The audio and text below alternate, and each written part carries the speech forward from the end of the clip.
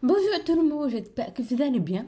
Je n'ai aucune nouvelle de l'éducation nationale, j'attends toujours de tout côté. Dans ce podcast, je profite pour vous raconter un peu mon parcours avec YouTube et la suite. Il y a quelque chose que vous devez savoir, si vous ne le savez pas déjà. Mon pseudonyme sur internet est Mélanie Dave en référence à ma chaîne YouTube portant ce même nom. Cependant, avant cela, en 2014, j'ai créé une chaîne nommée Signe de main. C'était à l'époque où j'étais encore au lycée et où j'apprenais activement la langue des signes française.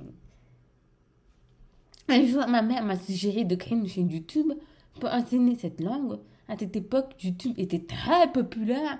Il me semblait intéressante. Au début, j'étais réticente à l'idée car cela impliquait de me montrer au monde entier sur Internet, ce qui me mettait un peu mal à l'aise.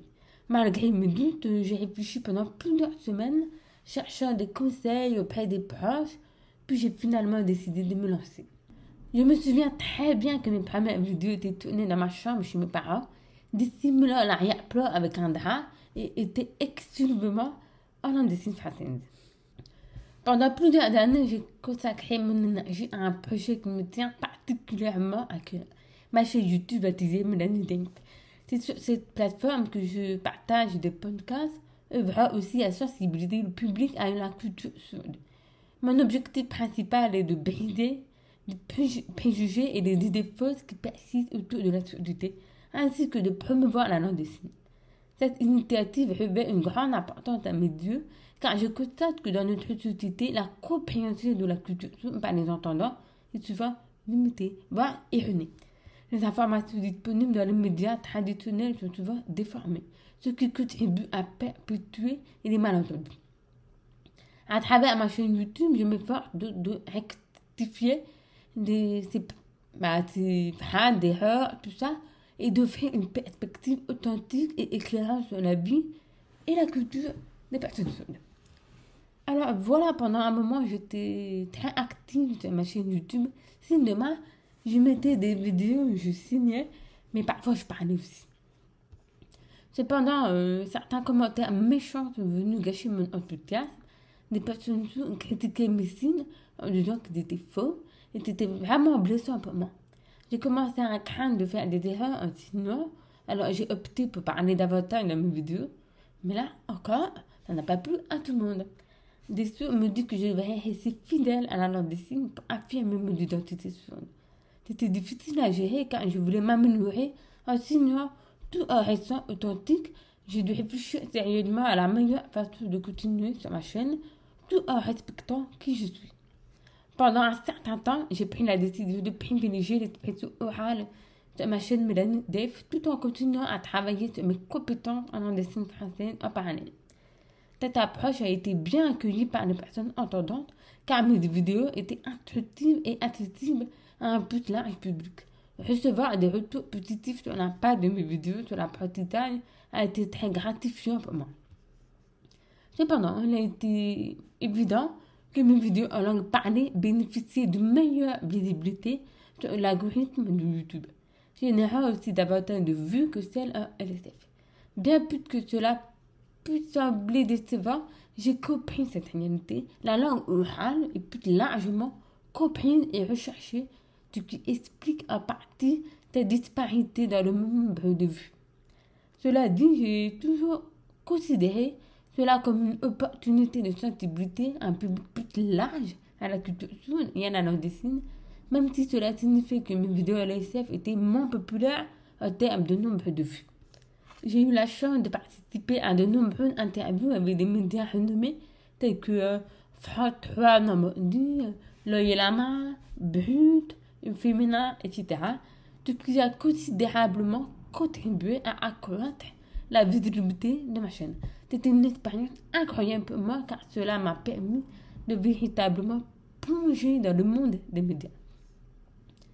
Chaque interview était une opportunité de partager ma passion pour la sensibilisation à la culture sourde et à la langue des signes française avec un public plus large. Voir ma chaîne gagner en autorité grâce à ces entrevues était extrêmement gratifiant car cela signifiait que mon message touchait de plus en plus de personnes. Ces moments ont renforcé ma détermination à poursuivre mon engagement dans la sensibilisation et était une source de grande fierté pour moi. Entre-temps, alors que les retours positifs sur YouTube affluaient, j'ai ressenti une responsabilité croissante de transmettre un message important au grand public, celui que les personnes sont capables de tout accomplir. Malgré cela, je continue à lire dans les commentaires des interrogations sur les capacités des sourds, comme s'ils pouvaient conduire ou réaliser certaines tâches spécifiques. C'est alors qu'est née l'idée, en collaboration avec ma grand-mère, de rédiger un livre détaillant mon parcours depuis ma naissance jusqu'à mes études universitaires. Dans ce livre qui s'appelle Mon identité, ma vie, j'ai pu partager mon expérience scolaire, mon temps à l'hôpital ou chez l'orthophoniste, mais aussi les moments de vie quotidienne, comme les vacances en famille, les repas, les week-ends et les rencontres avec mes amis. J'ai également pu décrire ma découverte de la langue des signes et de la culture sourde. Publié en 2017, ce livre a été un moyen important pour moi de sensibiliser le public à la réalité des personnes sourdes et de montrer que leur potentiel est immense lorsqu'ils sont soutenus et encouragés. Je n'ai pas eu recours à un éditeur pour la publication de mon livre. Tout le processus était entre mes mains. J'ai imprimé les livres via des services en ligne, les commandes se faisaient via un site spécifique et je me rendais à la poste pour les expédier. C'était un travail intensif, mais cela me permettait de garder le contrôle sur chaque étape du processus. Malheureusement, à l'heure actuelle, je n'ai plus de livres à papier disponibles car la gestion des commandes prenait énormément de temps et je craignais que l'intérêt pour le livre ne soit exploité avec le temps. Cependant, pour ceux qui souhaitent le trouver, j'ai rendu le livre disponible en version e-book sur Amazon. Cela offre une option pratique et accessible pour ceux qui sont intéressés par mon histoire et ma perspective sur la vie des personnes sourdes. En plus de mes diverses activités, j'ai une expérience vraiment remarquable.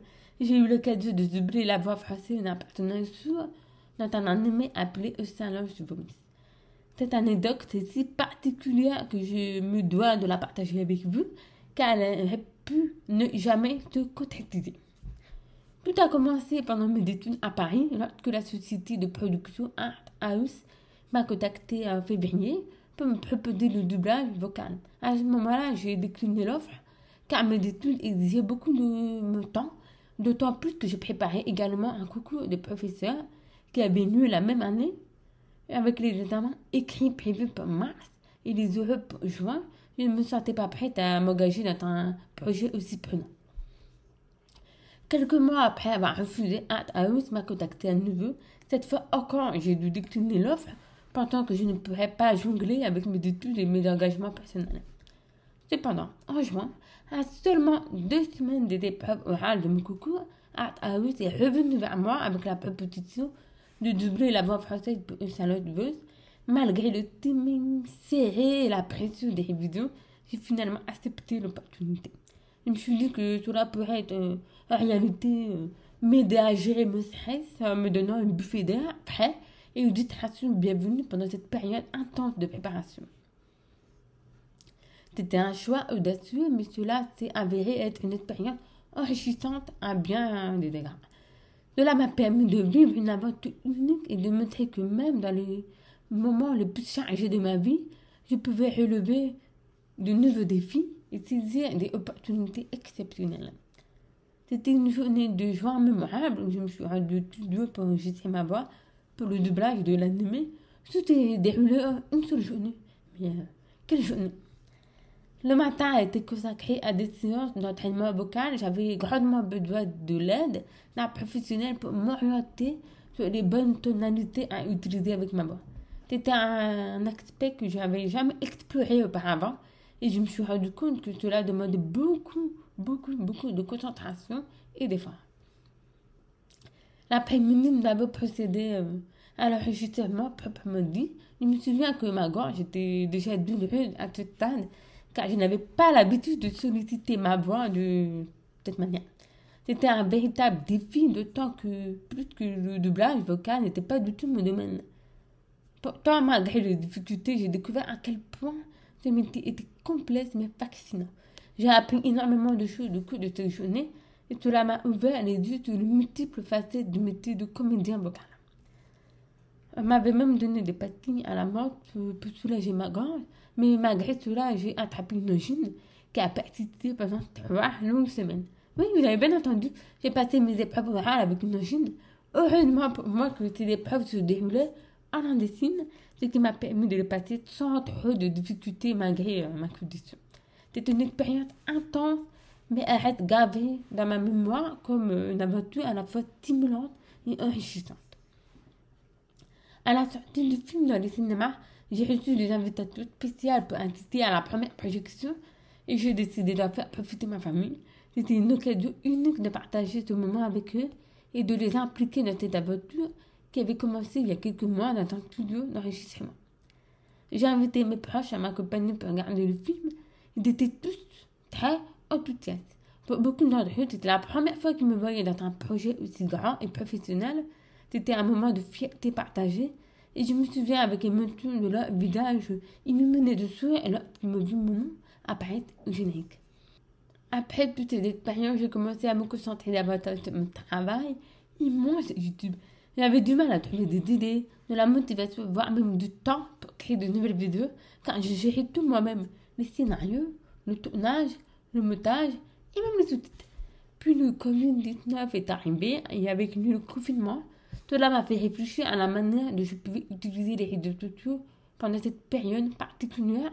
Je me suis dit que puisque tout le monde était à la maison, il y avait plus de temps libre et c'était le moment idéal pour encourager les gens à apprendre la langue française.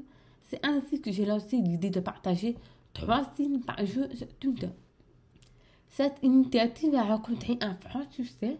Chaque jour, j'ai reçu des retours positifs et avec des personnes me demandant comment signer tel ou tel mot que je gardais pour les inclure dans une vidéo ultérieure. J'ai maintenu ce rythme pendant toute la période de confinement, puis j'ai réduit à 5 signes par semaine par la suite, faute de temps. Cependant, au fil du temps, j'ai ressenti le besoin de diversifier mes activités. Je suis quelqu'un qui n'aime pas la routine et qui aime changer de projet régulièrement. C'est pourquoi j'ai à peu près mis fin à cette série de vidéos, cherchant de nouvelles aventures à explorer et de nouvelles façons de partager ma passion pour la LSF. Alors voilà, je me suis aventurée sur Twitch, une plateforme de diffusion en direct pendant un bon moment. J'ai animé des lives 1 fois par semaine. J'ai adoré cette expérience car elle m'a permis de discuter de la culture sound avec les spectateurs et d'avoir une interaction directe avec eux. C'était quelque chose que j'ai apprécié énormément car sur YouTube, ce niveau d'interaction est plus limité. Là-bas, je pouvais répondre aux commentaires, mais il manquait ce lien direct avec le public que j'ai trouvé sur Twitch. Pendant environ 1 an, voire un peu plus, j'ai maintenu un rythme régulier de diffusion en direct. J'ai même eu l'idée d'inviter quelques personnalités sourdes connues que j'accompagnais d'interprètes en audition française que je finançais moi-même grâce aux revenus de Twitch à quelques dons. C'était une expérience très enrichissante pour moi. Cependant, j'ai finalement arrêté lorsque j'ai trouvé mon emploi actuel chez Inews en tant que chargée de communication. Vous voulez savoir comment j'ai décroché ce poste? Eh bien, l'idée m'est venue lorsque j'ai envisagé de démissionner de l'éducation nationale pendant l'été, alors que j'étais en quête d'un nouvel emploi en attendant d'avoir une réponse pour une disponibilité. Je me suis rendue au Festival Clin d'œil à Reims en 2022. Là-bas, j'ai fait le tour des stands pour demander si je recherchais du personnel dans l'entreprise. Suite à ces démarches, j'ai eu la chance de passer 4 entretiens. J'ai particulièrement apprécié le poste chez Elion et j'étais embauchée. Ce qui est intéressant, c'est que j'étais recrutée en grande partie grâce à mon expérience sur les réseaux sociaux. Cela m'a vraiment ravie car cela prouve que mes diplômes et mon expérience personnelle ont été décisifs et pas tellement mes qualifications académiques. Aujourd'hui, je ne fais plus exactement le même chose sur YouTube. Je publie des podcasts 1 fois par mois car je manque de temps. En plus de cela, je suis très occupée avec mes sorties, la gestion de mon association et mes déplacements professionnels pour mon travail, ce qui rend difficile le maintien d'un rythme régulier sur la plateforme. Alors voilà, je vous ai peut-être pas tout raconté dans le moins de détails, mais voici un aperçu de mon parcours sur YouTube depuis mes débuts jusqu'à aujourd'hui. Pour ce qui est des podcasts, je vais essayer de les maintenir jusqu'à la fin de l'année. Puis je verrai quels seront mes futurs projets. Pour l'instant, je n'ai rien de précis en tête. Souvent, l'inspiration vient comme ça, du jour au lendemain, et je me lance dans un nouveau projet. En tout cas, merci à vous de m'avoir écouté. J'espère que ce podcast vous a plu. Et à bientôt!